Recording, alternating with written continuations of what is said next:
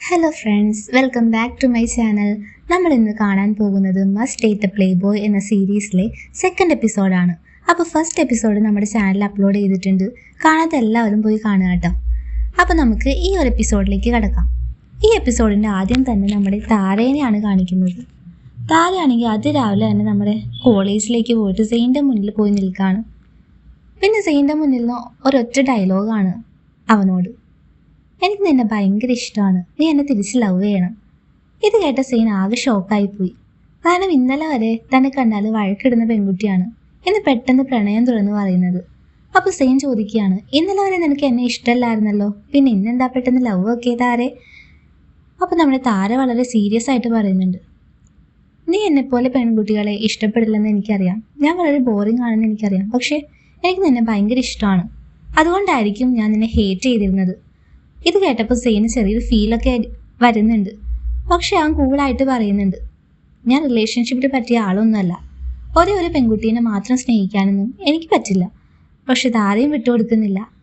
നിന്റെ പണമോ പോപ്പുലാരിറ്റിയോ കണ്ടല്ല ഞാൻ നിന്നെ സ്നേഹിക്കുന്നത് എന്ന് പറയുമ്പോൾ സെയിൻ്റെ ഉള്ളിൽ ചെറിയൊരു മെൽറ്റിംഗ് ഫീലൊക്കെ വരുന്നുണ്ട്.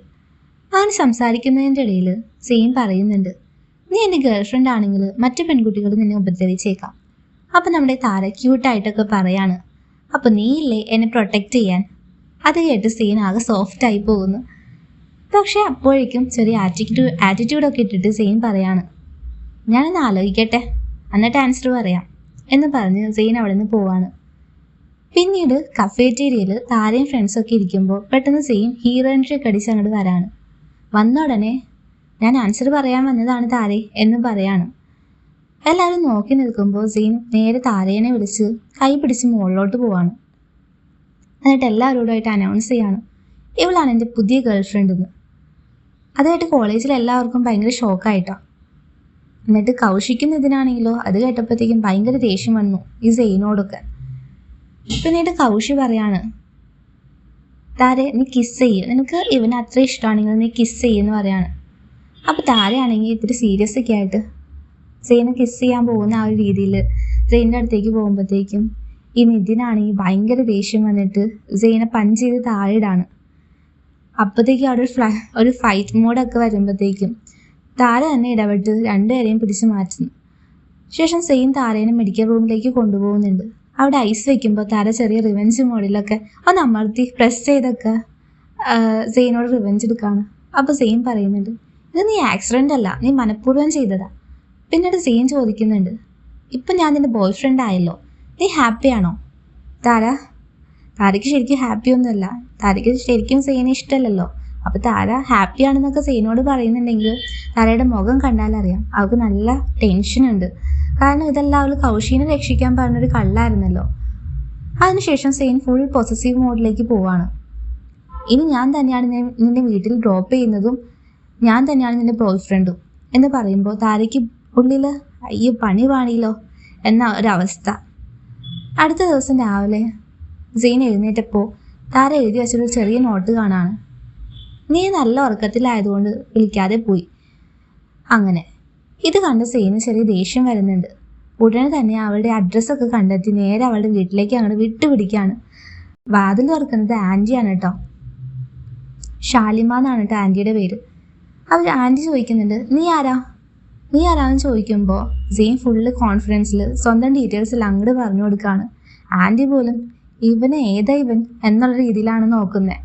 പിന്നീട് സെയിൻ താരേനെ കോളേജിൽ കൊണ്ടുപോകാൻ വേണ്ടിയിട്ട് കാറിൽ പോവാണ്. അപ്പോഴത്തേക്കും ആ കാറിൽ സാം എന്നൊരു പെൺകുട്ടിയും കൂടി ഉണ്ട്. സാം ആണെങ്കിൽ ആക്ച്വലി അവൾ ഒരു സെയിൻ്റെ ഒരു എക്സ് ഗേൾ ഫ്രണ്ടാണ്. ഇനി അവളുടെ മിഷൻ എന്താ, നമ്മുടെ താരേനെ ജെലസാക്കുക. സാം പല രീതിയിലും ട്രൈ ചെയ്യുന്നുണ്ട്, പക്ഷെ താര ഒന്നും മൈൻഡ് ചെയ്യാതെ കൂളായിട്ട് അങ്ങോട്ട് ഇരിക്കുകയാണ്. അവസാനം സാം സെയിനെ കിസ് ചെയ്യാൻ വരെ പോകുന്നുണ്ട്, എന്നിട്ടും താര ഒന്നും മൈൻഡ് പോലും ചെയ്യാണ്ട് അങ്ങനെ ഇരിക്കുകയാണ്. അപ്പോൾ ഇതൊക്കെ കണ്ട് സെയിന് ഭയങ്കര കൺഫ്യൂസ് ആവുന്നുണ്ട്. കാരണം ഇവൾക്ക് എന്നെ ശരിക്കും ഇഷ്ടമാണോ എന്നൊരു ഡൗട്ട് വരെ വരുന്നുണ്ട് ഈ സെയിന്. ശേഷം നിതിൻ താരനോട് ഒരു വാർണിംഗ് ഒക്കെ കൊടുക്കുന്നുണ്ട്.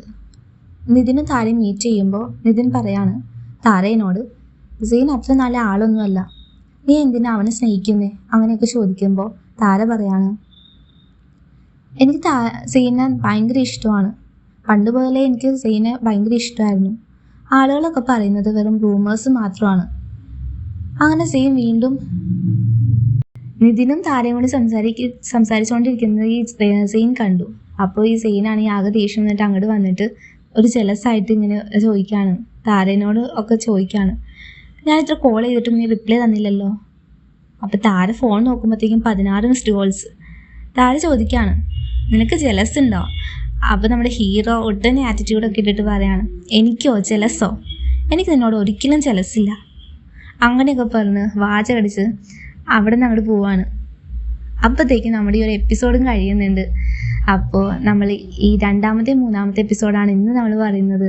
ഇനി അടുത്ത എപ്പിസോഡായിട്ട് നമ്മൾ നാളെ വരുന്നതായിരിക്കും. അപ്പോൾ ഈ ഒരു വീഡിയോ ഇഷ്ടമായവരെല്ലാവരും ലൈക്ക് ചെയ്യുക, സബ്സ്ക്രൈബ് ചെയ്യുക, നമ്മളെ സപ്പോർട്ട് ചെയ്യുക. നാളെ കാണാം. Tata, bye bye, see U.